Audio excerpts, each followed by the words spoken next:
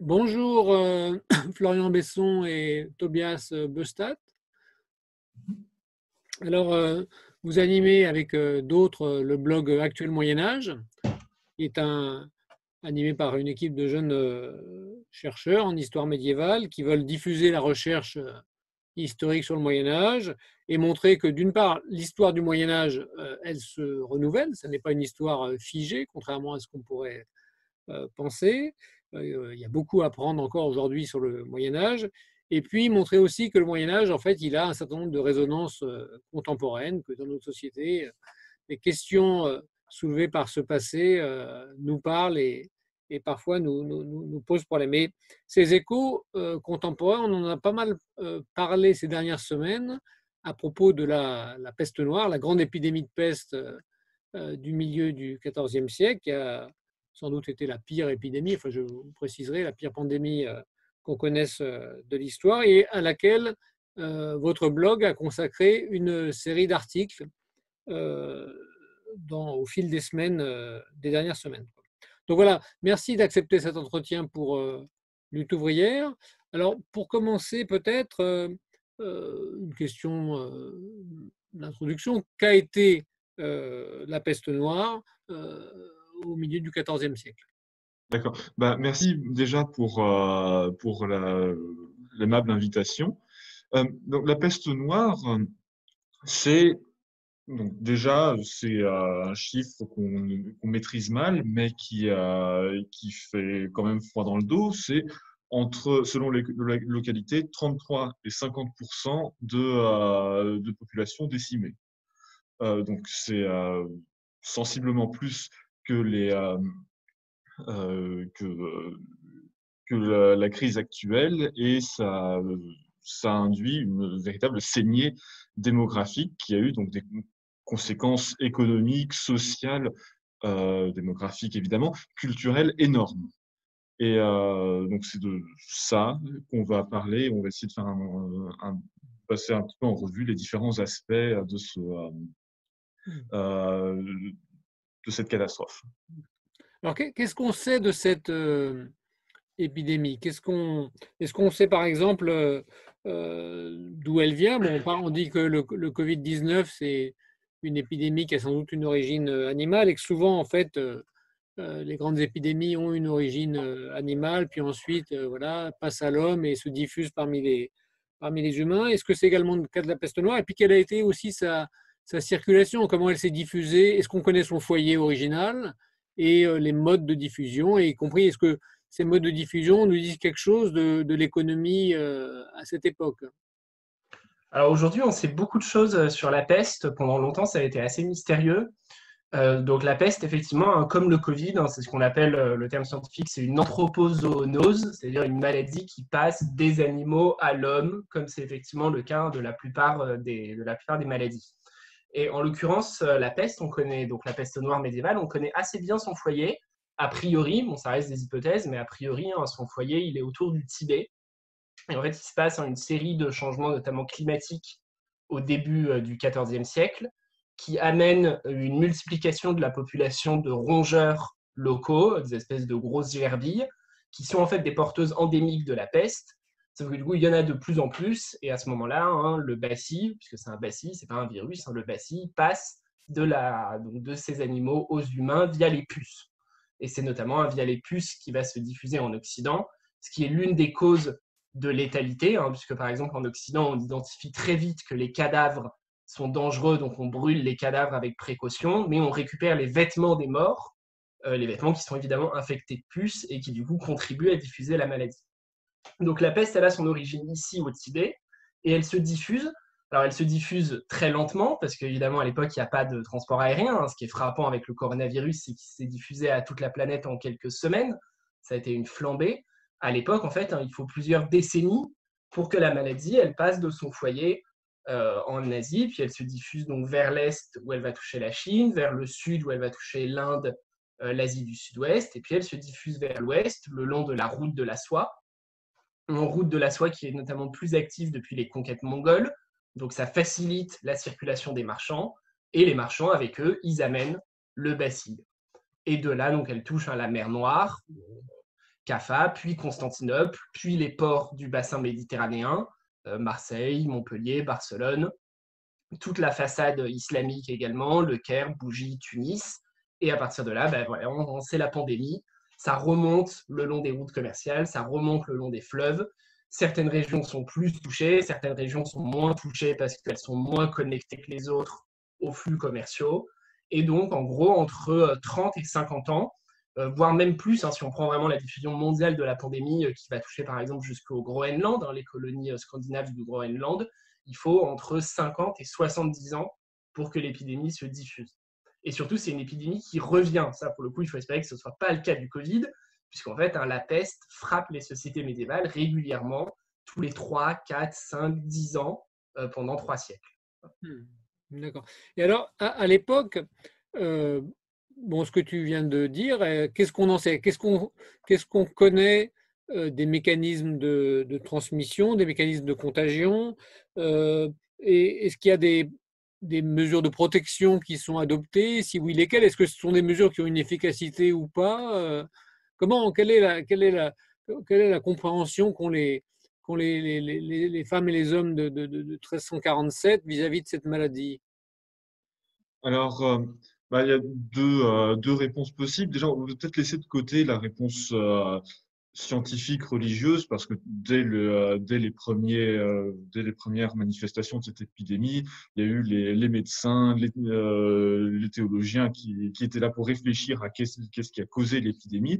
Donc ça pourrait être une question à part, mais on va peut-être se concentrer sur les questions concrètes, parce que au-delà de ces théories astrologiques qui ont pu être élaborées sur la peste, les gens ont assez vite euh, développé un peu un savoir empirique, si on veut, de qu'est-ce qui véhiculait la peste. Donc on avait la notion de contagion, elle n'est pas encore assimilée à cette époque et ça met du temps, mais on commence assez vite à prendre conscience quand même que ça se véhicule notamment via les tissus, les étoffes, les draps. On ne sait pas que c'est les puces, mais on se rend compte que quand on prend les draps d'un cadavre, on finit par être contaminé soi-même. Et donc un exemple de ça, c'est par exemple l'ordonnance qui a été prise par le roi de France, Jean le Bon, en 1353, une ordonnance à Paris et qui va émettre toute une série de ce qu'on pourrait appeler des gestes barrières euh, à cette époque. Donc, ce n'est pas tout à fait les mêmes, mais donc on retrouve la fermeture de certains lieux publics, notamment les étuves, c'est-à-dire les bains publics. On comprend pourquoi. On interdit de déplacer les draps et les couvertures d'une maison à l'autre, parce que là, on a bien compris que ce sont des vecteurs d'épidémie. Interdit aussi de jeter du sang des malades dans la Seine, sauf à un endroit bien précis en aval de la ville. Comme ça, le sang ne revient pas vers la ville contaminer les habitants. Interdit, bon, ça peut paraître évident aujourd'hui, mais ce n'était pas tout à fait à l'époque, de jeter les selles dans la rue. Les propriétaires doivent donc construire des sortes de fosses septiques à l'intérieur des maisons. Donc il y a aussi euh, un début de conscience sanitaire qui se met en place à cette occasion.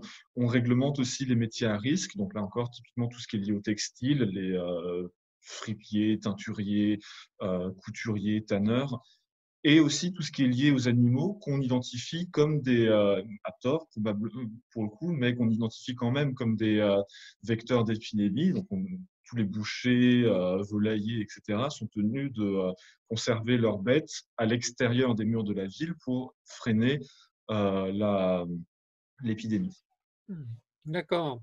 Et alors, bon, c'est une épidémie, on sait aujourd'hui les épidémies contemporaines, elles frappent de façon différente les gens selon leur classe sociale, selon leurs conditions, selon leur niveau de vie, y compris bien sûr le degré de développement des systèmes de santé, etc., dans lesquels ils vivent. Alors, est-ce que la peste noire, c'est également le cas? Est-ce qu'on sait, par exemple, que si les riches sont moins, la mortalité est moindre que chez les plus pauvres dans les différentes catégories de population? Est-ce qu'on a des informations là-dessus?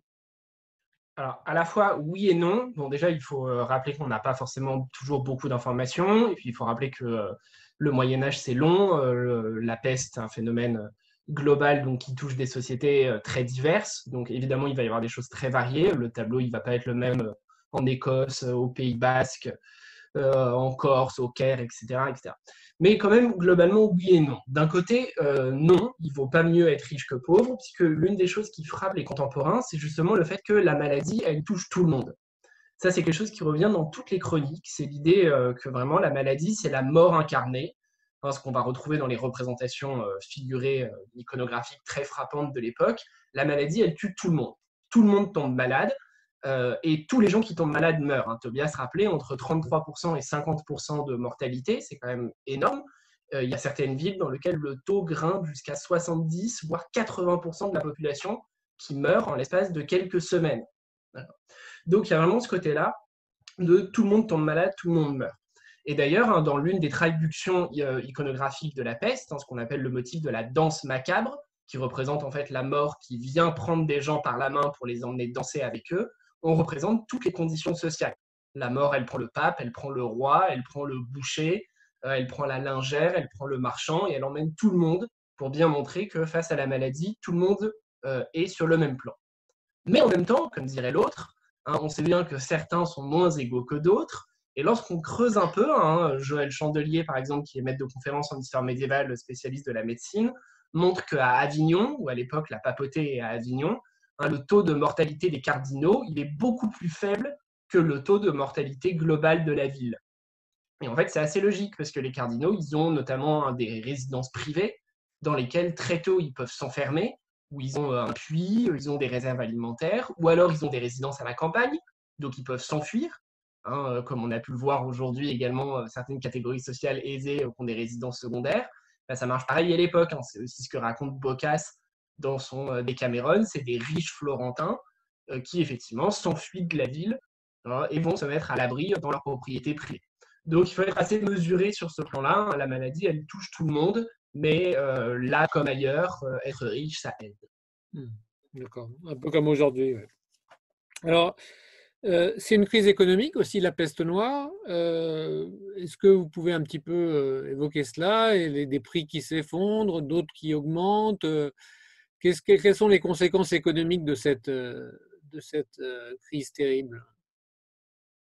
Alors, on peut différencier du coup là les effets sur le court terme, c'est-à-dire l'épidémie elle-même, et les effets sur le long terme. Et on peut prendre le secteur qui porte toute l'économie médiévale, c'est-à-dire les prix agricoles, étant donné qu'on est dans une société où plus de 90% de la population sont des agriculteurs. Les prix agricoles vont flamber au moment de l'épidémie, parce que rupture d'approvisionnement, tout le monde se calfeutre. Évidemment, ça pose des problèmes d'approvisionnement, comme d'ailleurs aujourd'hui. Donc, en revanche, et donc là, on a des phénomènes, je crois que c'est Florian qui en parle dans un de ses articles, des paysans, enfin des pauvres qui sont obligés de vendre leur maison pour pouvoir acheter à manger. Et sur le long terme, en revanche, on observe le phénomène inverse, c'est-à-dire une baisse générale des prix agricoles, dans le sens où ben, la productivité baisse beaucoup, mais le nombre d'habitants baisse encore plus. Et les paysans se replient, qui avaient eu tendance comme on était dans un monde très peuplé avant la peste, avaient eu tendance à coloniser toutes les terres possibles, y compris les terres pas très fertiles, là se replient sur les terres les plus fertiles et donc produisent trop par rapport au nombre de bouches à nourrir, ce qui va donc tendre à faire baisser les prix. Donc là, c'est intéressant parce que, comme dans toutes les crises, on va voir qu'il y a des gagnants et des perdants. Typiquement, les les perdants, ça va être les propriétaires terriens qui, du coup, vendront toute leur production moins cher. Les gagnants, ce seront ceux qui vont louer les terres, parce que ces terres-là, ils vont pouvoir, du coup, louer plus de terres, des terres plus fertiles pour le même prix. Ils ne vont pas forcément pouvoir vendre leur production plus cher. En revanche, ils auront beaucoup plus de vivres chez eux, ce qui va éloigner le risque de la famine. Hmm. Autre catégorie de gagnants, il va y avoir les salariés qui, du coup, comme ils sont moins nombreux, vont pouvoir exiger des salaires plus élevés. Donc, par exemple, j'ai regardé rapidement et j'ai l'impression que on a plusieurs cas de catégories de salariés dont les salaires avaient triplé à cause de l'épidémie, à cause ou grâce à l'épidémie, ce qui du coup va avoir là encore toute une série de conséquences sur l'économie, mais aussi sur des législations pour essayer de fixer des salaires maximum, etc. Hmm. D'accord. Alors, il y a des boucs émissaires pendant la peste noire. Qui sont les cibles et qu'est-ce qu'on sait aujourd'hui des violences exercées contre ces boucs émissaires? Alors, la peste noire en Occident, hein, là on parle vraiment de l'Occident médiéval, hein, il y a eu des réactions très différentes dans le monde islamique, en Afrique ou en Asie, mais en Occident, effectivement, elle s'accompagne de violences exercées notamment contre les Juifs. Les Juifs, c'est une population minoritaire présente depuis plusieurs siècles en Occident, qui sont intégrés au tissu social et économique, mais qui restent marginalisés, et donc notamment qui restent toujours distincts. Généralement, ils habitent un quartier à part, ils s'habillent différemment, ils mangent différemment, ils sont reconnaissables comme tels. Et très vite, ils deviennent effectivement les boucs émissaires de la peste. Circule un ensemble de rumeurs selon laquelle en fait la peste serait un poison répandu par les juifs ou par les lépreux, et puis souvent dans l'imaginaire médiéval, de toute façon, juifs et lépreux, c'est un peu la même chose. Donc un poison répandu par les juifs dans les puits, dans les puits des villes pour empoisonner les chrétiens. Et donc on voit effectivement une série en fait de flambées de violence populaire au fil de la diffusion de la peste. Voilà, la peste se répand avec les marchands, et puis il faut imaginer dans une petite ville en Espagne ou en Italie, les gens commencent à tomber malades, la rumeur circule en disant la peste est là, c'est la faute des juifs, et du coup il y a une émeute, ce qu'on appellerait un pogrom aujourd'hui, contre la communauté juive, qui du coup paye un prix particulièrement lourd, parce qu'ils sont eux-mêmes frappés par la maladie, et en plus de ça, ils ont à subir ce genre de violence populaire. Hmm. D'accord. Et alors, donc vous avez parlé de la mortalité tout à l'heure, un tiers à 50% de morts. Combien de temps il a fallu aux sociétés qui ont été frappées par la pandémie pour s'en remettre, par exemple, au niveau de leur population? Plusieurs siècles. C'est-à-dire que donc on estime que la population revient à son niveau d'avant 1348 en France en tout cas, mais je pense dans pas mal d'autres pays. euh, Autour du XVIIe, XVIIIe siècle. C'est-à-dire, Donc, tu peux donner un chiffre ou deux? Enfin, euh, la France, c'est à peu près 20 millions d'habitants ah oui, quand même. au milieu du XIVe siècle, et c'est de nouveau 20 millions d'habitants au XVIIIe. Sous Louis XIV. Ouais. Et il faut savoir aussi que bon, c'est la peste, ce qui a donc la peste, elle a tué énormément de monde au milieu du XIVe, mais ce qui freine aussi durablement la reprise démographique, c'est d'abord en France la guerre de 100 ans.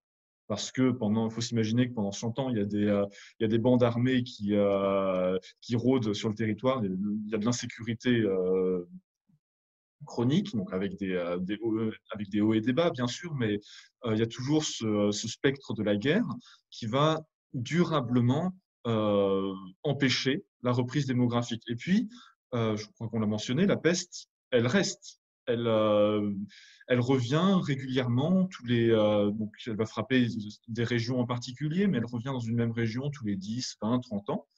Et à ce moment-là, ben, dans cette région, elle décime de nouveau la population. Et même si on apprend au fur et à mesure les gestes barrières, etc. Ce qui, du coup, je crois que la dernière grande peste, c'est celle de Marseille en 1720.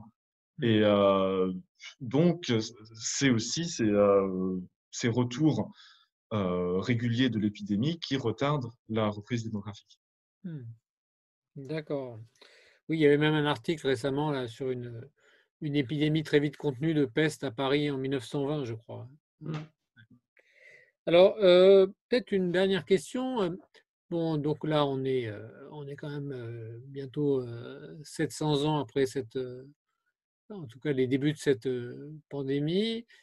Comment aujourd'hui, nos connaissances peuvent continuer à progresser ou à changer sur, cet épisode. Est-ce qu'il y a, bon, j'imagine, on trouve rarement des textes inédits des sources inédites dans les archives, mais est-ce que l'archéologie, par exemple, quand on pense épidémie, on pense cadavres et donc cimetière ou fosse commune. Est-ce que, voilà, quels sont les apports aujourd'hui de la recherche historique sur la peste noire? Alors bon, on trouve des textes inédits, si, on en trouve quand même toujours, hein. Les archives médiévales, elles sont nombreuses, elles sont loin d'être toutes explorées. Et Donc il y a puis, encore, c'est sûr, des choses à trouver dans les archives. Oui, Tobias? non, et puis après, les textes sont aussi suffisamment nombreux pour qu'on puisse enfin les textes déjà connus sont aussi suffisamment nombreux pour qu'on puisse les interroger sous différents angles. Oui, en Donc, plus. les textes écrits ont toujours des choses à nous apprendre. Voilà, ça, c'est sûr voilà, tout à fait. Et puis, effectivement, il y a l'archéologie. L'archéologie, elle nous apprend, elle nous apporte pas mal de choses au niveau de nos connaissances, pour deux raisons. Déjà, parce que depuis quelques années, on a trouvé de nombreuses fosses communes qui, grâce à des nouvelles méthodes de datation plus précises, on a pu dater précisément de l'époque de la peste. Donc, on est sûr d'être face à des fosses communes de la peste. Et puis, il y a également des nouvelles méthodes scientifiques qui permettent en fait de repérer avec certitude la présence du bacille responsable de la peste, hein, le bacille Yersinia pestis, sur les cadavres médiévaux, ce qui n'était pas possible avant. Ça veut dire qu'en fait, de plus en plus, il va être possible de savoir de quoi sont morts les gens qu'on retrouve en archéologie, ce qui va permettre en fait d'avoir des données démographiques de plus en plus solides sur l'âge des morts, leurs conditions, ce genre de choses, les conditions dans lesquelles ils ont été enterrés, ça dit des choses de la réaction de la société, etc. etc. Et pour donner un exemple très concret, on a longtemps pensé par exemple que l'Afrique avait été épargnée par la peste, et depuis une dizaine d'années, à mesure que là aussi il y a des fouilles archéologiques, notamment en Afrique du Sud, en Afrique de l'Est, on se rend compte que là aussi, la maladie s'est diffusée depuis les ports de la côte orientale. Et donc là aussi, on va retrouver des traces de villes abandonnées, des fosses communes, ce genre de choses. Donc on a encore évidemment beaucoup à apprendre sur l'épidémie. Et un autre secteur où où l'archéologie a beaucoup à nous apprendre, c'est dans toutes ces étendues où, pour le coup, les sources écrites nous font souvent défaut, c'est-à-dire les zones les plus rurales. Et parce que l'épidémie frappe là aussi. Et là, ce qui est intéressant, c'est qu'on peut vraiment mesurer les impacts environnementaux de la peste avec une autre paléoscience qu'on appelle la palynologie, c'est l'étude des pollens. On peut mesurer en fait l'emprise des forêts dans au Moyen Âge, à différentes époques. Et on voit de ce point de vue-là que le milieu du XIVe siècle, la deuxième moitié du XIVe siècle, est presque partout en Europe une période de reforestation. Les forêts regagnent du terrain parce que les terrains sont abandonnés. Et là, ça rejoint ce que je disais sur, c'est pas forcément que tout le monde meurt et que donc la forêt revient, c'est plutôt que tous les terrains les moins fertiles qu'on avait colonisés dans les décennies et les siècles auparavant, on va les quitter, on va les abandonner à la forêt. Et donc là, c'est aussi un domaine dans lequel l'archéologie a beaucoup à nous apprendre encore. Bien, ben, merci beaucoup, Florian et Tobias, pour cet entretien. Au revoir. Merci, Merci à vous. merci à toi.